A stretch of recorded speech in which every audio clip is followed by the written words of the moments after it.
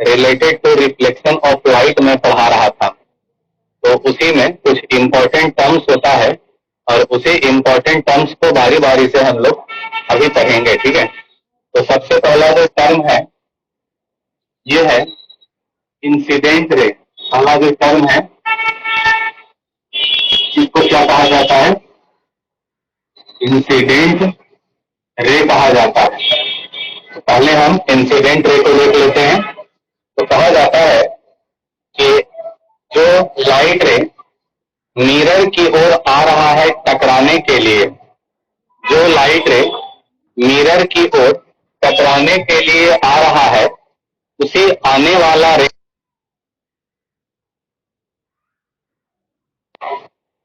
जो रे मिरर की ओर आ रहा है टकराने के लिए, उसी रे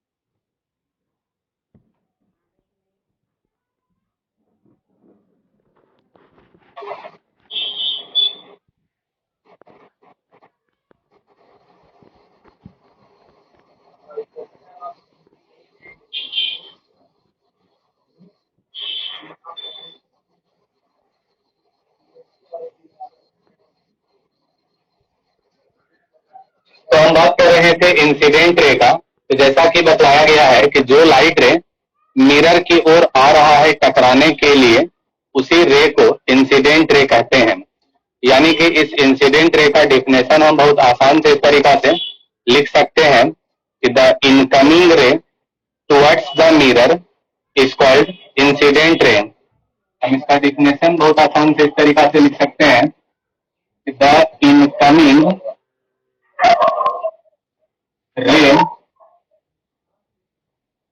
towards the mirror is called incident ray।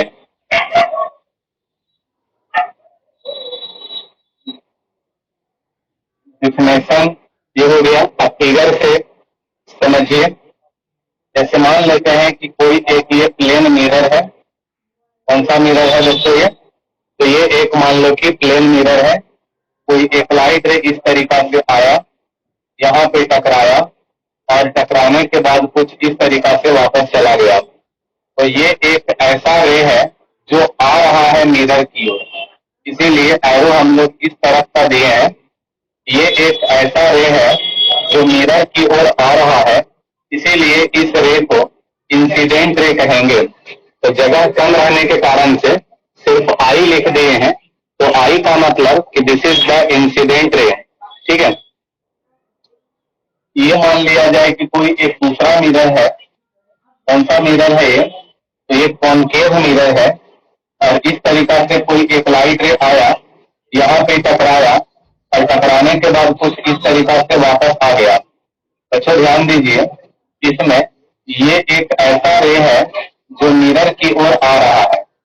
ये एक ऐसा रे है जो मिरर की ओर आ रहा है, इसीलिए इस रे को इंसिडेंट रे हम लोग कहेंगे, ठीक है। अब अगला फिगर को जरा देख लेते हैं। तो ये मान लीजिए कि एक कॉन्वेक्स मिरर है। तो एक लाइट रे इस तरीका से आया, मिरर से टकराया और टकराने के बाद कुछ इस तरीका से वापस चला गया। तो ये एक ऐसा रे है जो आ रहा है, इसीलिए इस रे को इंसिडेंट रे हम लोग कहेंगे। तो this is the incident ray, ठीक है। अब आगे बढ़ते हैं सेकेंड नंबर में। तो दूसरा नंबर जो है इसको कहा जाता है रिफ्लेक्टेड रे। Reflected ray. अगला जो पॉइंट है ये क्या है बच्चों? Reflected ray. तो देखिए रिफ्लेक्टेड रे क्या होता है।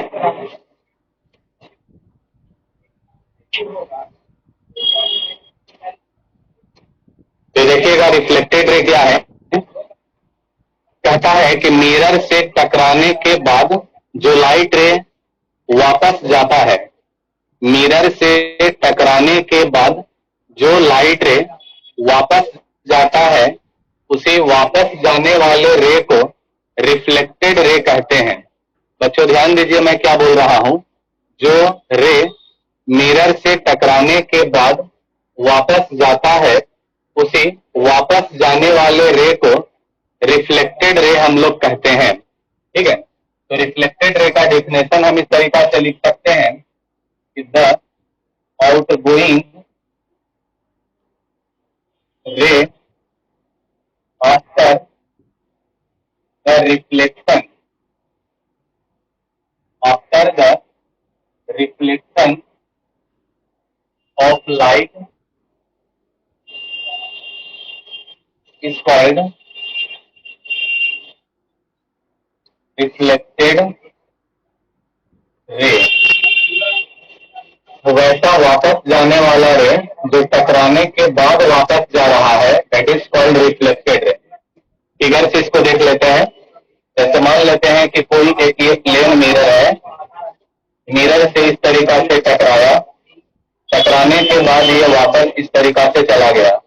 तो कौन सा रे वापस जा रहा है बच्चों? तो आप एरो को देख करके पता लगाइएगा कि कौन सा रे वापस जा रहा है। तो ये एक ऐसा रे है जो वापस जा रहा है, इसीलिए इस रे को हम लोग रिफ्लेक्टेड रे कहेंगे। ठीक है, ये मान लीजिए कि एक कनकेव मिरर हो गया, इस तरीका से कोई एक लाइट रे आया, टकराने के बाद कुछ इस तरीका से वापस चला गया।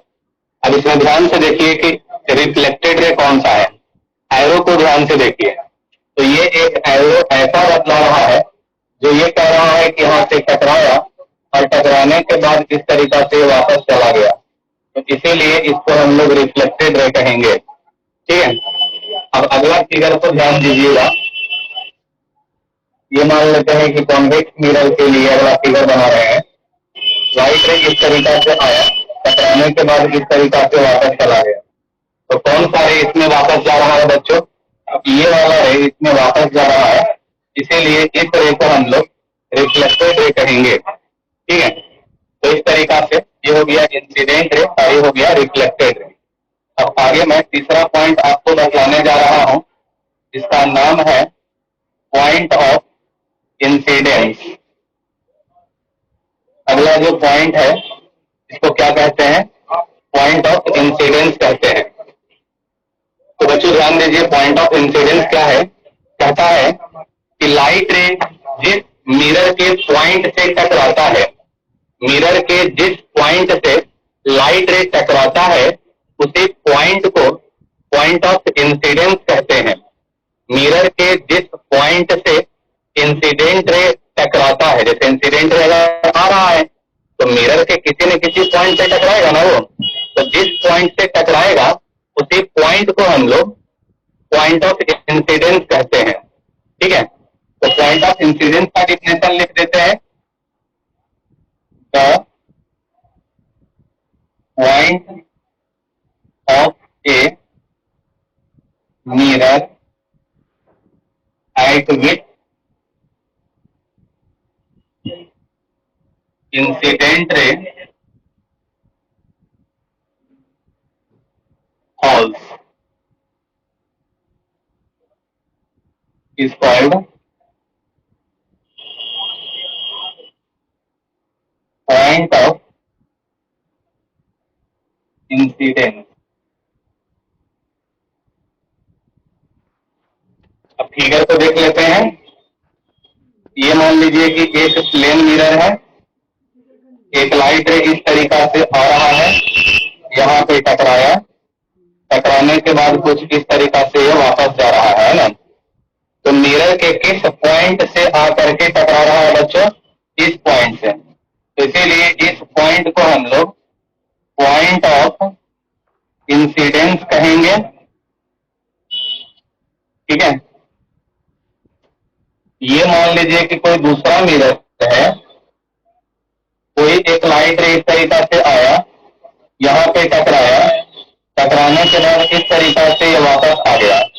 तो क्योंकि इस पॉइंट से इंसिडेंट रे टकरा रहा है, इसीलिए इस पॉइंट को हम लोग पॉइंट ऑफ इंसिडेंस कहेंगे। ठीक है, तो 3 पॉइंट हम बतलाए हैं। सभी लोग इसका स्क्रीनशॉट ले लो, सभी स्टूडेंट इसका अच्छे से स्क्रीनशॉट ले लेंगे, और अगर किन्हीं को कंफ्यूजन होगा तो वो हैंड रेज करके अपने कंफ्यूजन को दूर कीजिएगा। 3 पॉइंट मैं बतलाया हूं, इसको आप लोग अच्छे से स्क्रीनशॉट लेकर के रख लीजिए, और अगर किसी को तीनों पॉइंट का डायग्राम या डेफिनेशन समझने में कंफ्यूजन है, आप हैंड रेज करके अपने कंफ्यूजन को दूर कर सकते हैं।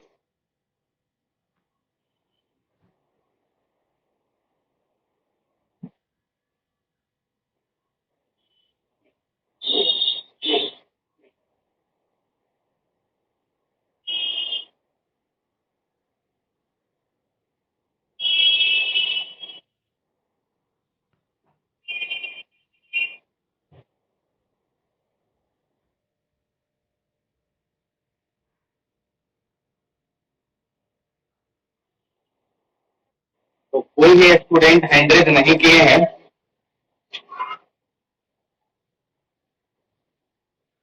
मीन्स आप लोगों को समझ में आ चुका है। चलो हम आगे प्रोसीड करते हैं।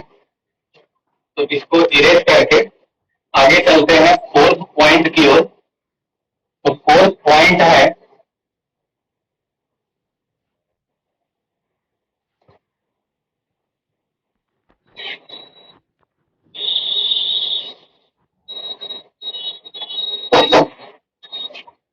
फोर्थ पॉइंट को हम लोग कहते हैं point of reflection.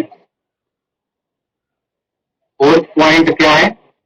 Point of reflection. तो ये देखो क्या है, कहा जाता है कि जिस पॉइंट से रिफ्लेक्शन हो रहा है, मिरर के जिस पॉइंट से रिफ्लेक्शन हो रहा है, उसी पॉइंट को पॉइंट ऑफ रिफ्लेक्शन कहते हैं। और बच्चों ध्यान दीजिएगा, पॉइंट ऑफ इंसिडेंस और पॉइंट ऑफ रिफ्लेक्शन एक ही पॉइंट को कहते हैं। जैसे मान लेते हैं कि अगर कोई एक ये प्लेन मिरर है और कोई एक लाइट रे यहाँ पर आया, तो ये कहलाएगा पॉइंट ऑफ इंसिडेंस। तो रिफ्लेक्शन यहाँ से थोड़े ना होगा, रिफ्लेक्शन यहीं से ना होगा, है ना। तो इसीलिए कहा जाता है कि पॉइंट ऑफ इंसिडेंस और पॉइंट ऑफ रिफ्लेक्शन दोनों सेम पॉइंट होता है।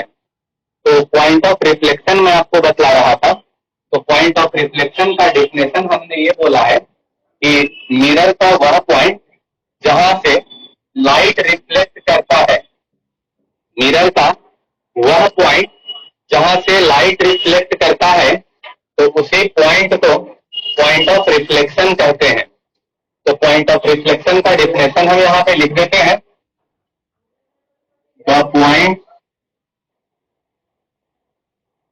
From which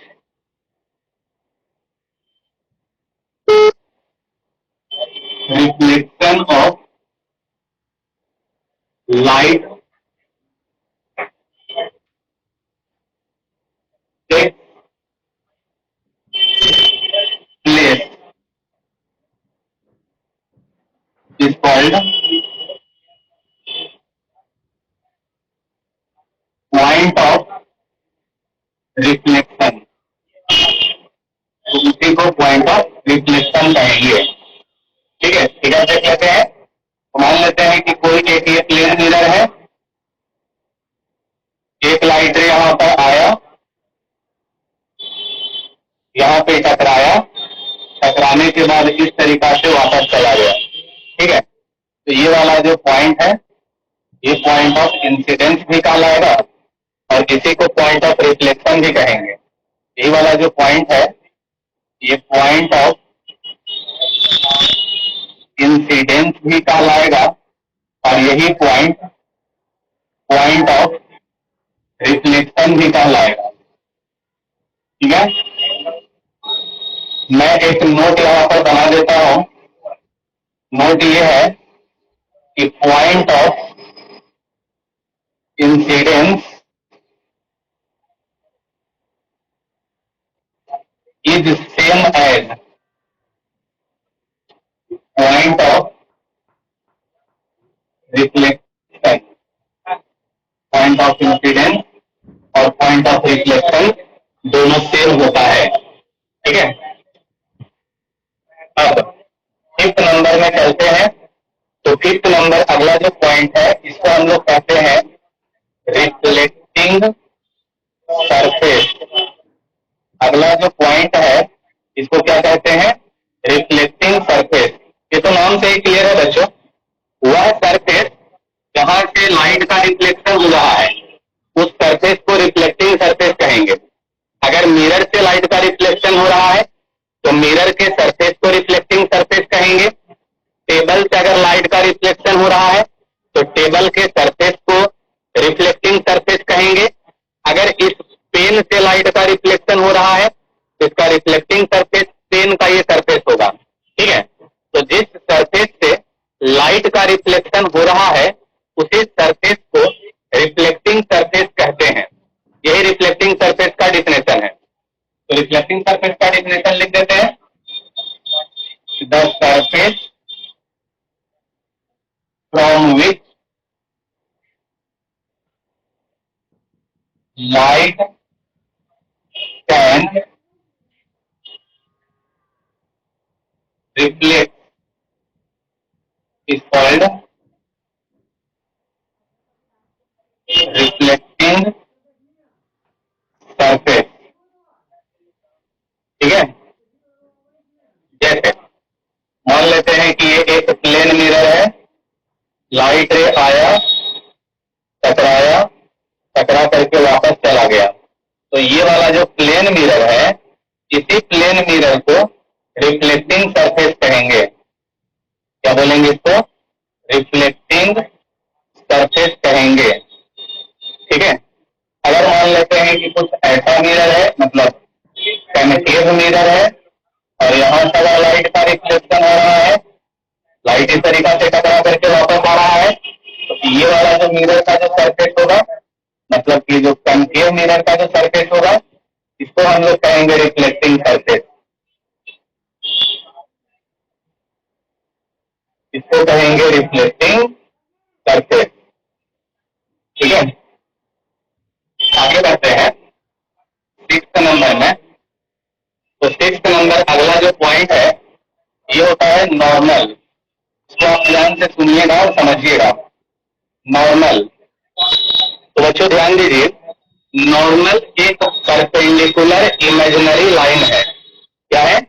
perpendicular imaginary line. Perpendicular का मतलब होता है 90 डिग्री का एंगल बनाना, और इमेजिनरी का मतलब होता है कि वह सचमुच में नहीं है, उसको हम लोग इमेजिन कर रहे हैं। तो नॉर्मल एक परपेंडिकुलर इमेजिनरी लाइन है। नॉर्मल एक परपेंडिकुलर इमेजिनरी लाइन होता है जो पॉइंट ऑफ इंसिडेंस पर ड्रॉ किया जाता है। बच्चों ध्यान दीजिए मैं क्या बोल रहा हूं। नॉर्मल एक परपेंडिकुलर इमेजिनरी लाइन है जो पॉइंट ऑफ इंसिडेंस पर ड्रॉ किया जाता है। यानी कि अगर नॉर्मल का डिफिनेशन अगर देना रहेगा तो जो अभी हम बोले हैं उसी को हम इसका डिफिनेशन बनाएंगे। कैसे बनाएंगे? तो हम इस प्रकार से बनाएंगे कि the perpendicular and imaginary line which is drawn at the point of incidence, the perpendicular and imaginary line which is drawn at the point of incidence is called normal। हो गया डिफिनेशन। तो चलो डिफिनेशन पहले हम लिख देते हैं। The perpendicular and imaginary line which is drawn at the point of incidence is called normal. यही है नॉर्मल का डिफिनेशन। अब फिगर से समझिए। देखो बच्चों, जैसे मान लेते हैं कि अगर कोई एक ये प्लेन मिरर है, कौन सा मिरर है ये?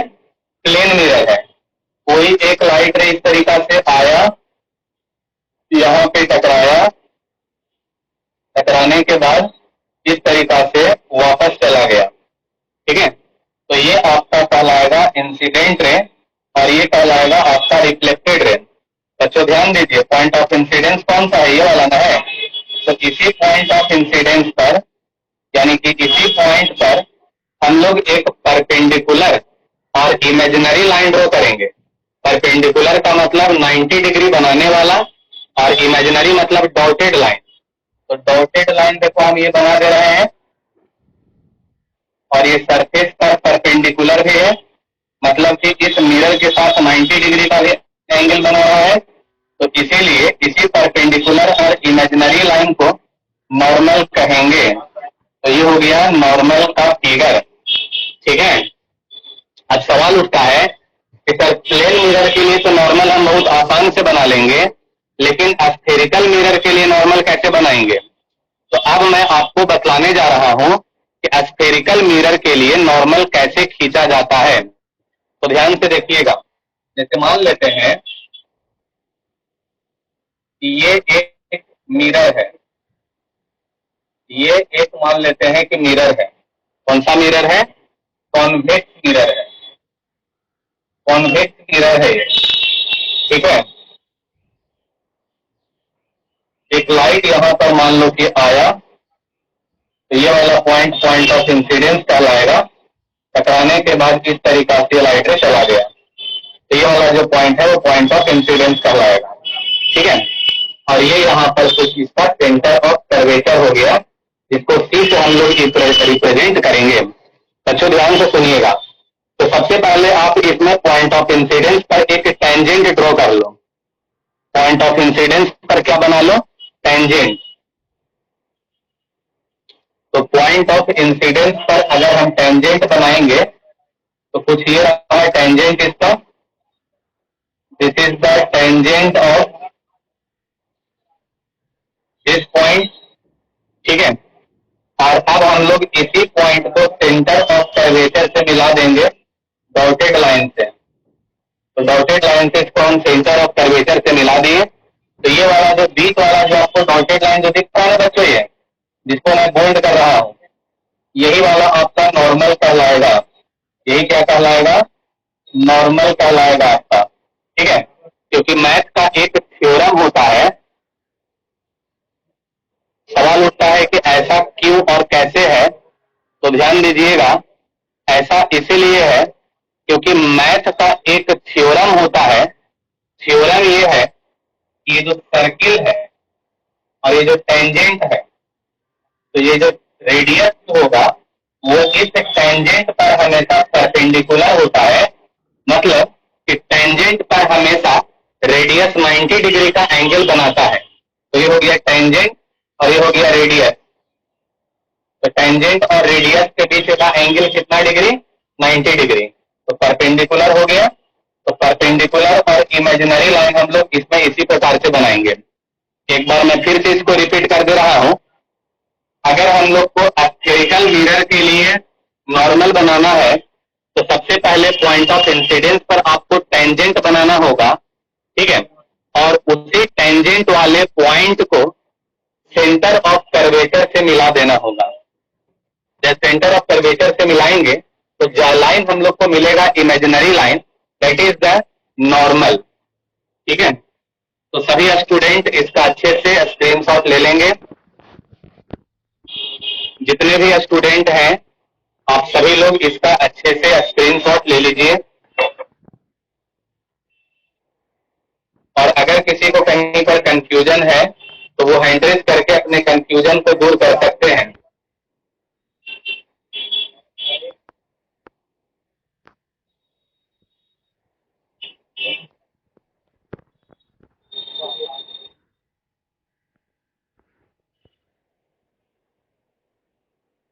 तो आई होप कि सभी स्टूडेंट इसका अच्छे से स्क्रीनशॉट ले चुके होंगे।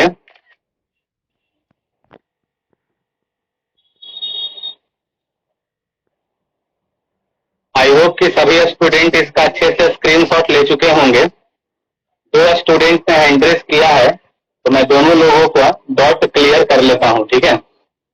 विकास राज 10A, बोलिए आप। सर कंक्लूड का नॉर्मल लाइन बता दीजिएगा सर। बिल्कुल इसी तरह से बनेगा जी, जैसे कन्वेक्स वाला हम बनाए हैं। पॉइंट ऑफ का ये जो तरीका जो बताया ना टेंजेंट बनाने वाला, वो चाहे कॉनकेव हो चाहे कॉन्वेक्स हो, हम लोग इसी तरह से नॉर्मल खींचेंगे। टेंजेंट पहले बनाएंगे और फिर उसको सेंटर ऑफ कर्वेचर से मिला देंगे, हो जाएगा नॉर्मल। ठीक है, ठीक है। म्यूट हो जाओ।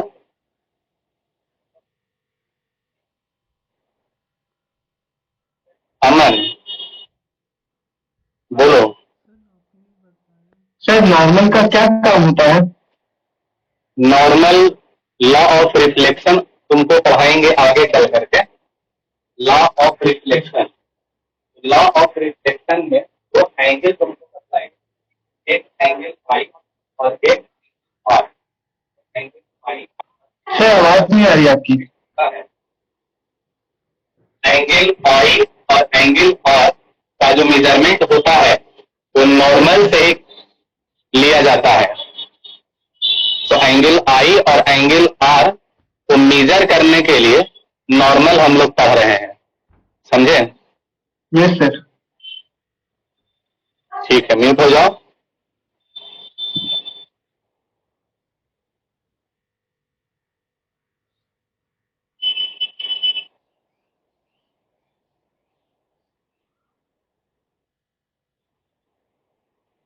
चलो, तो सभी लोग जिनका जिनका जो कंफ्यूजन था अपना दूर कर लिए हैं, है ना? तो इसको अब इरेज करके हम आगे बढ़ते हैं। नॉर्मल तक आप लोग को हम बता चुके हैं। नॉर्मल के बाद आगे मैं आप लोग को बताने जा रहा हूं एंगल ऑफ इंसिडेंस और एंगल ऑफ रिफ्लेक्शन। नेक्स्ट मैं आप लोग को पॉइंट बतलाने जा रहा हूं एंगल ऑफ इंसिडेंस, और उसके बाद फिर आपको बतलाएंगे एंगल ऑफ रिफ्लेक्शन। ठीक है, तो देखिएगा, पहले मैं आप लोग को बतला देता हूं एंगल ऑफ इंसिडेंस को। एंगल ऑफ इंसिडेंस है बच्चों, ये इंसिडेंट नहीं, इंसिडेंस नाम ध्यान रखिएगा, ठीक है। ये हमारा 7th पॉइंट होगा आज का। तो देखो एंगल ऑफ इंसिडेंस क्या है। नॉर्मल और इंसिडेंट रे के बीच के एंगल को, नॉर्मल और इंसिडेंट रे के बीच के एंगल को एंगल ऑफ इंसिडेंस कहा जाता है। नॉर्मल और इंसिडेंट रे के बीच के एंगल को एंगल ऑफ इंसिडेंस कहा जाता है, और एंगल ऑफ इंसिडेंस को शॉर्ट फॉर्म में एंगल आई से रिप्रेजेंट करते हैं। ठीक है, इसका डेफिनेशन पहले लिख दे।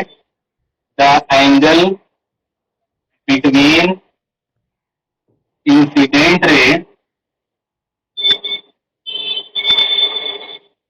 And normal is called angle of incidence। ठीक है, ये हो गया एंगल ऑफ इंसिडेंस का डेफिनेशन। अब फिगर से समझिए इसको। मान लेते हैं कि ये एक प्लेन मिरर है और कोई एक लाइट रे इस तरीका से आ रहा है और मिरर से वहां से टकराने के बाद इस तरीका से वापस जा रहा है। ठीक है, और ये यहाँ पर इसका हो गया ये नॉर्मल। एक डॉटेड लाइन जो बना रहे हैं बच्चों, ये क्या है? नॉर्मल है।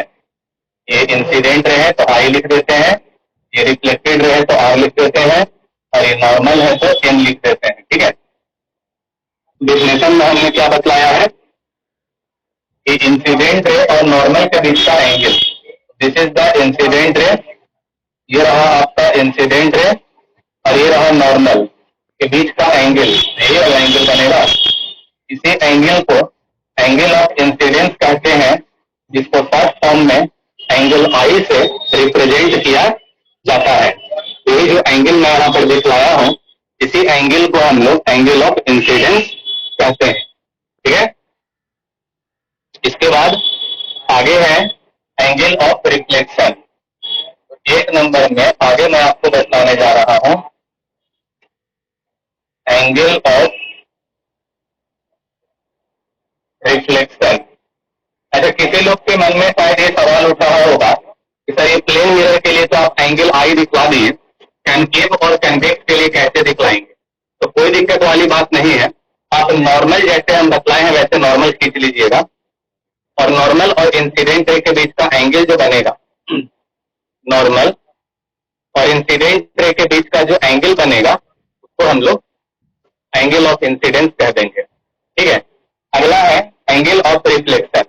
तो एंगल ऑफ रिफ्लेक्शन में देखो ये कहा जाता है कि angle between normal and reflected ray, normal और रिफ्लेक्टेड रे के बीच के एंगल को, नॉर्मल और रिफ्लेक्टेड रे के बीच के एंगल को एंगल ऑफ रिफ्लेक्शन कहते हैं। नॉर्मल और रिफ्लेक्टेड रे के बीच के एंगल को एंगल ऑफ रिफ्लेक्शन कहते हैं। ये हो गया एंगल ऑफ रिफ्लेक्शन का डिफिनेशन। इसी बात को यहाँ पर हम लिख सकते हैं, लिख देते हैं द एंगल, टाइम देख लें, टाइम बचा है कि नहीं, टाइम खत्म होने वाला है बच्चों, तो इसको मैं अगले क्लास में आपको बता दूंगा। ठीक है, एक एंगल ऑफ रिफ्लेक्शन और 9 बच गया है, एक और मैं बतलाऊंगा एंगल ऑफ ग्लांस। ठीक है, ये मैं दोनों टॉपिक आपको नेक्स्ट क्लास में डिस्क्राइब कर दूंगा। ठीक है, आप लोग जब कनेक्ट होइएगा तो हमें याद दिला दीजिएगा एंगल ऑफ रिफ्लेक्शन और एंगल ऑफ ग्लांस, ये दो टॉपिक बच गया था, इसको बचाना बाकी है। ठीक है, तो सभी लोग इसका स्क्रीनशॉट अच्छे से ले लीजिए और आज का क्लास बस आपको यहीं तक रहेगा।